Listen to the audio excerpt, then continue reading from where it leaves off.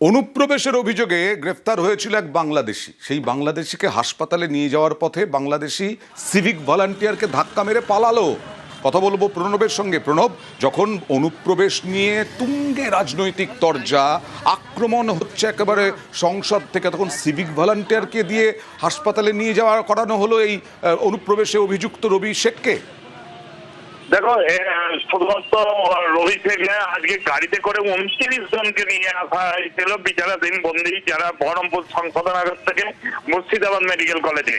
সেই সময়তে যাদের এই রবি শেখকে দুজন তোমার সিভিক ভলেন্টিয়ার ডাক্তার থেকে যখন নিয়ে আসে, তখনই তাদের হাত ছাড়িয়ে পালিয়ে যায়, ছুটে পালিয়ে যায় এবং তার খোঁজে তল্লাশি চালাচ্ছে। গত 8 মাস ধরে কিন্তু সে বহরমপুর সংশোধনাগারে রয়েছে এবং অনুপ্রবেশের জন্যই তাকে ধরেছিল রঘুনাথগঞ্জ থানার পুলিশ। এই তার খোঁজে তল্লাশি চালাচ্ছে বহরমপুর থানার পুলিশ, বিভিন্ন এলাকায় তার খোঁজে তল্লাশি চালাচ্ছে।